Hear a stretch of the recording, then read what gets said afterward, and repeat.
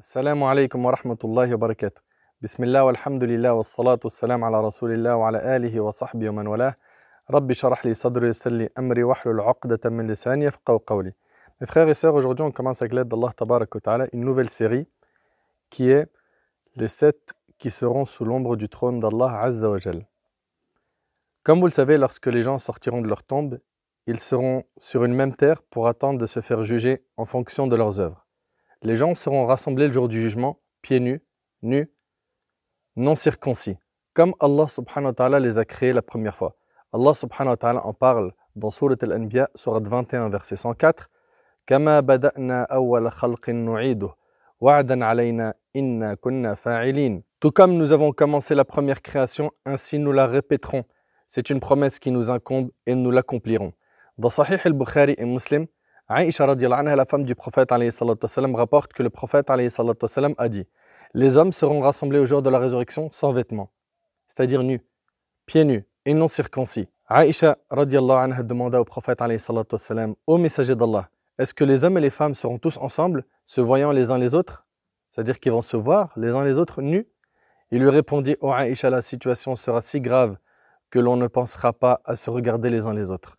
Le jour du jugement, c'est un jour qui fait peur.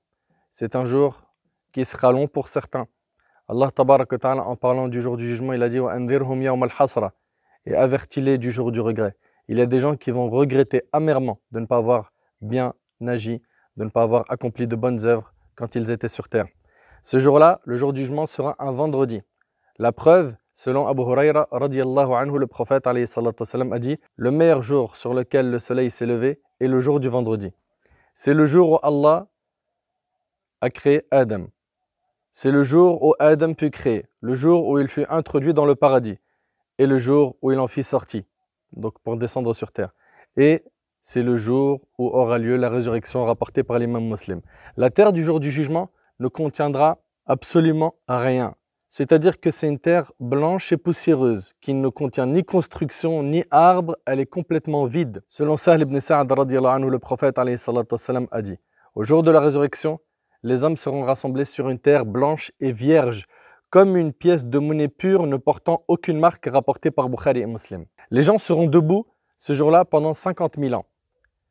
Mais ici, il ne s'agit pas de tout le monde, car les pieux, eux, ils seront en train d'attendre une période qui est courte, c'est-à-dire une période qui, comme dans certains textes, est celle qu'on a entre Dhuhr et Asr. D'autres vont rester 50 000 ans debout. Allah subhanahu wa ta'ala nous dit: Fi yawmin kana miqdaruhu 50 alf sana, un jour dont la durée est de 50 000 ans. Par contre, on a dit pour les croyants, la durée sera réduite. Les gens seront debout le jour du jugement, sauf qu'il y en a d'autres qui ne seront pas debout. Certains auront des montures sur lesquelles ils seront assis. Les malaïkas, les anges, vont leur ramener ces montures pour qu'ils puissent se reposer. Donc il y en a le jour du jugement qui seront ressuscités, comme a dit Nabi sallallahu alayhi wa sallam, sur des montures, d'autres marchant sur leurs pieds, en étant debout donc, et d'autres qui marcheront sur leur visage. Et dans un texte, le prophète alayhi wa sallam a été questionné quand il a dit marcher sur le visage. Il a dit alayhi wa sallam: celui qui a fait marcher l'être humain sur ses pieds est capable de le faire marcher sur son visage. Inna Allah ala kulli shay'in qadir, Allah est capable de tout. Ce jour-là, le soleil sera très proche des créatures.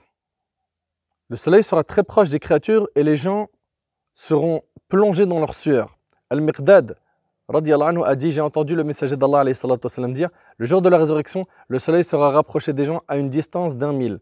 Sulayman ibn Amr, qui rapporte le récit d'Al-Miqdad, dit: par Allah, je ne sais pas ce qu'il voulait dire par 1000. Est-ce la distance sous ce nom ou est-ce la longueur du bâtonnet à rimel? Car en arabe, le terme 1000, le mot 1000 a en effet les deux significations. Les gens seront alors submergés par leur sueur selon la valeur de leurs œuvres. Certains le seront jusqu'à la cheville, d'autres jusqu'aux genoux, d'autres jusqu'aux hanches, et pour d'autres la sueur atteindra leur bouche à la manière de la bride. Et le prophète sallallahu alayhi wa sallam fit signe de sa main à la hauteur de sa bouche, rapporté par l'imam Muslim. À cause de cette situation terrible, les humains se rendront auprès de différents grands prophètes et messagers afin de leur demander d'intercéder pour eux, qu'ils les libèrent de cette situation. Dans le hadith de Anas radiyallahu anhu, on lit ainsi: afin qu'il nous libère de ce lieu dans lequel nous sommes, rapporté par Bukhari et Muslim. Et dans un autre hadith, le hadith d'Abi Huraira, Allah rassemblera les premiers et les derniers dans une seule plaine. Celui qui les appellera pourra leur faire entendre et le regard les embrassera tous. Le soleil se rapprochera, atteindra alors les hommes de soucis et de malheurs, ce qu'ils ne pourront pas supporter. Les hommes diront, ne voyez-vous pas la situation à laquelle nous sommes parvenus? Ne regardez-vous pas qui peut intercéder pour vous auprès d'Allah, rapporté par Bukhari et Muslim. Ce jour-là, il fera très chaud à cause du soleil. Les gens seront, comme on vous l'a dit, dans cette chaleur, sauf certaines catégories de personnes qui seront sous l'ombre du trône d'Allah tabarak wa ta'ala. Ibn Hajar rahimallah, ce grand savant, on a cité d'ailleurs plus de 20 dans Fath al-Bari qui seront sous l'ombre du trône d'Allah. Et donc, ce jour-là, qui sera un jour difficile, il y a des gens qui goûteront à la facilité. L'attente ne sera pas de 50 000 ans, mais elle sera réduite. Ils ne seront pas noyés dans leur sueur, ils n'auront pas le soleil au-dessus de leur tête, mais ils auront l'ombre du trône d'Allah subhanahu wa ta'ala au-dessus de leur tête. Et tout ça, c'est en fonction de quoi? De leurs œuvres sur terre. C'est parce qu'ils ont profité correctement de leur vie ici-bas. Et il n'y a rien sans rien. Il n'y a pas de surprise. Tu œuvres, tu bosses, bi'idhnillahi azza wa jal, tu auras des grandes récompenses. Tu ne fais aucun effort, tu ne fais rien, tu vis dans l'insouciance, tu oublies Allah subhanahu wa ta'ala, eh bien il se peut que tu sois dans un très grand danger le jour du jugement. Et rappelez-vous aussi une chose, c'est que le prophète alayhi salatu wassalam dit chaque personne sera ressuscitée de la même manière dont elle est morte. Imagine-toi, si tu vis sur l'adoration, tu mourras sur l'adoration et tu seras ressuscité sur celle-ci. Et si tu vis sur le péché, tu mourras sur le péché et tu seras ressuscité sur celui-ci. Est-ce que tu vas être ressuscité en étant en train de faire un acte d'obéissance comme lire le Coran, comme être en prière? Est-ce que tu ne veux pas une telle mort? Ou est-ce que tu préfères mourir dans un endroit qu'Allah déteste, en train de faire un acte qu'Allah n'aime pas? Sachez que sur terre, on s'est beaucoup préparé pour les examens de ce bas monde. On s'est préparé, on a retroussé nos manches, on a révisé, on a bu du café, on a veillé, on a fait le nécessaire pour obtenir les diplômes que l'on voulait. Mais il y a un diplôme, il ne faut vraiment pas le louper, c'est celui du jour du jugement. Car il y en a certains qui vont rentrer au paradis et qui seront dans les hauts degrés du paradis. Ils vont donc recevoir leur livre de la main droite, ce registre où tout est écrit dedans. Tout ce que tu as fait de bien, tout ce que tu as fait de mal. Certains vont l'avoir de la main droite et ils vont courir sur la terre du jour du jugement en disant « Ha umuqra'u kitabia » tenez, lisez mon livre, regardez mes œuvres, regardez ce que j'ai pu faire. Dans la vie d'ici-bas, il est content. Et là, c'est pas, il vient d'obtenir, décrocher un emploi dont il rêvait. Non, là, c'est enfin la validation. Il entre au paradis pour l'éternité. Allahumma ja'alna min ahli al-jannah ya Rabb. Chacun d'entre nous rêve de cet instant. Mais il n'y a rien sans rien. Tu ne peux pas rester dans une bulle d'insouciance où tu oublies Allah, où ta religion, c'est une option, et espérer obtenir ces grandes récompenses. Il va falloir qu'on retrousse nos manches sérieusement. Et parmi les personnes qui seront sous l'ombre du trône d'Allah subhanahu wa ta'ala, il y en a 7 qui ont été cités dans le hadith d'Abi Huraira radiyallahu anhu. On a dit qu'il n'y en a pas 7, il y en a plus. Mais ici, ces 7 ont été évoqués en même temps. Le prophète alayhi salatu wassalam, dans le hadith d'Abi Huraira, il a dit 7 personnes seront ombragées par l'ombre d'Allah le jour où il n'y aura d'ombre que la sienne. 1. Le dirigeant juste. 2. Un jeune qui a grandi dans l'adoration d'Allah. 3. Un homme dont le cœur est accroché au lieu de prière. 4. 2 hommes qui se sont aimés en Allah, ils se sont réunis en lui et se sont séparés en lui. 5. Un homme qu'une femme de haut rang et de grande beauté appela à elle et à qui il lui a dit « Je crains Allah ». 6. Un homme qui a donné une aumône si discrètement que sa main gauche n'a pas su ce qu'a donné sa main droite. 7. Un homme qui aura pensé à Allah dans la solitude et dont les yeux auront alors versé des larmes, rapportées par Bukhari Muslim. Déjà, avant de commencer l'explication du hadith, s'agit-il de l'ombre d'Allah ou de l'ombre du trône d'Allah ou d'une autre ombre? Parce qu'on a fi dhillihi, par l'ombre d'Allah, on a également dhill arshihi, l'ombre de son trône. De quoi s'agira-t-il donc? Le premier avis, celui d'Ibn al-Qayyim, il rapporte qu'il s'agit ici de l'ombre du trône d'Allah. Conformément à ce qui figure dans certains des hadiths que nous venons de citer, quant aux hadiths qui disent fi dhillihi, donc sous son ombre, ils veulent dire en fait fi dhilli arshihi, sous l'ombre de son trône. Ça, c'est donc la première opinion. La seconde opinion, l'avis de Cheikh Ibn Baz, rahimallah, il dit qu'il s'agit de l'ombre d'Allah. Lui, rahimallah, il dit qu'Allah a une ombre comme cela-ci à lui, étant donné que les hadiths qui sont présents dans les deux recueils authentiques disent pour leur part fi dhillihi. Ils ont priorité sur les hadiths qui disent fi dhilli arshihi. Ça, c'est la deuxième opinion. Troisième opinion, celle de Cheikh Al-Uthaymin, rahimallah. Il dit qu'il s'agit d'une ombre qu'Allah créera le jour du jugement, peut-être l'ombre d'un nuage particulier ou d'autres choses. Donc voilà, concernant les trois opinions, me concernant, je pense plus vers l'opinion que c'est l'ombre du trône d'Allah subhanahu wa ta'ala, wallahu a'lam.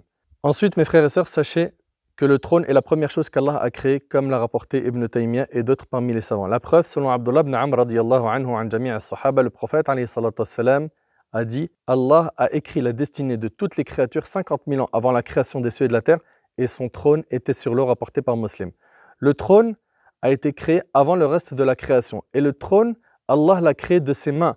Abdullah ibn Umar radiyallahu anhu a dit « Allah a créé 4 choses de ses propres mains.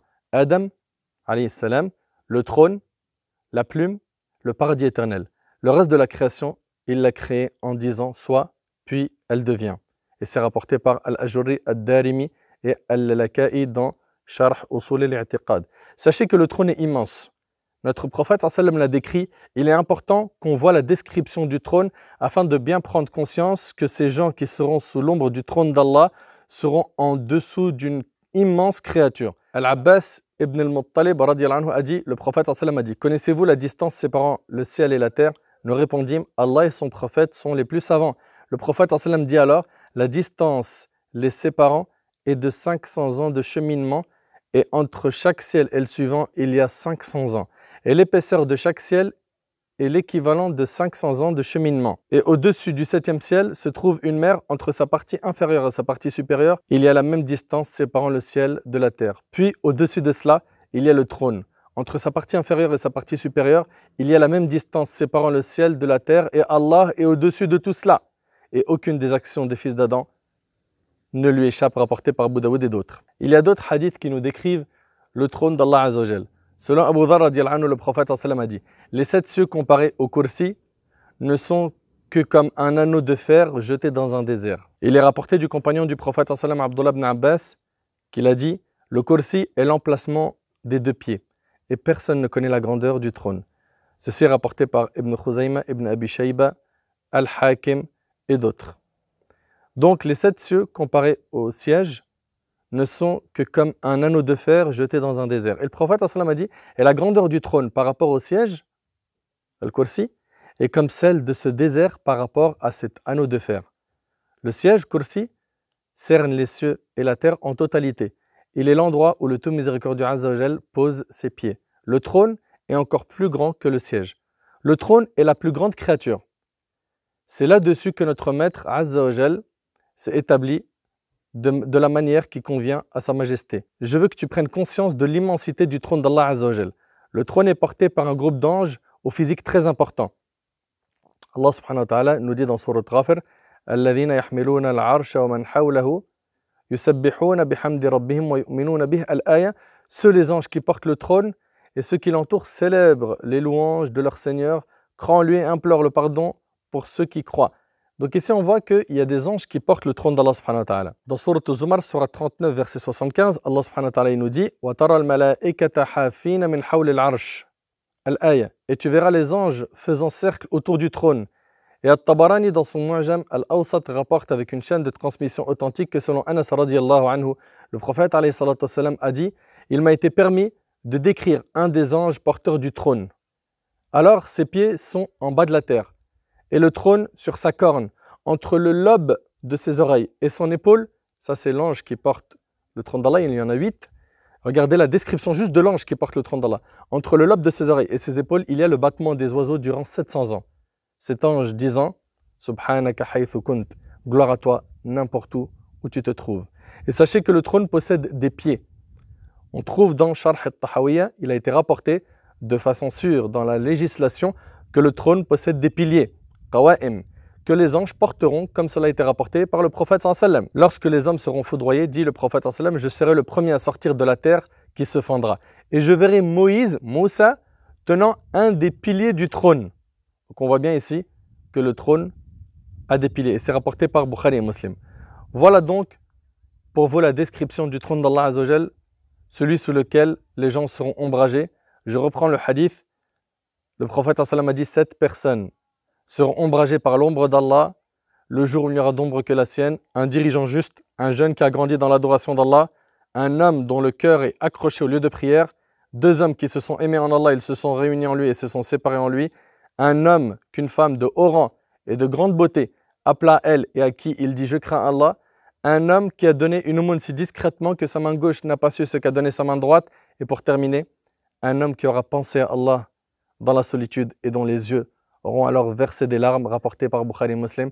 J'implore Allah subhanahu wa ta'ala de nous accorder une bonne fin, de nous ressusciter avec les pieux, de nous accorder l'ombre du trône d'Allah subhanahu wa ta'ala le jour du jugement, de nous faciliter cette rencontre avec le Maître, qu'il nous accorde notre livre de la main droite, qu'il nous facilite de passer sur le pont du Sirat et qu'il nous accorde le paradis pour l'éternité. أسأل الله سبحانه وتعالى أن ينفعني بما قلت وينفعكم بما سمعتم. هذا ما أعلم والله عز وجل أعلى وأعلم. سبحانك اللهم بحمدك أشهد أن لا إله إلا أنت أستغفرك وأتوب إليك. جزاكم الله خير.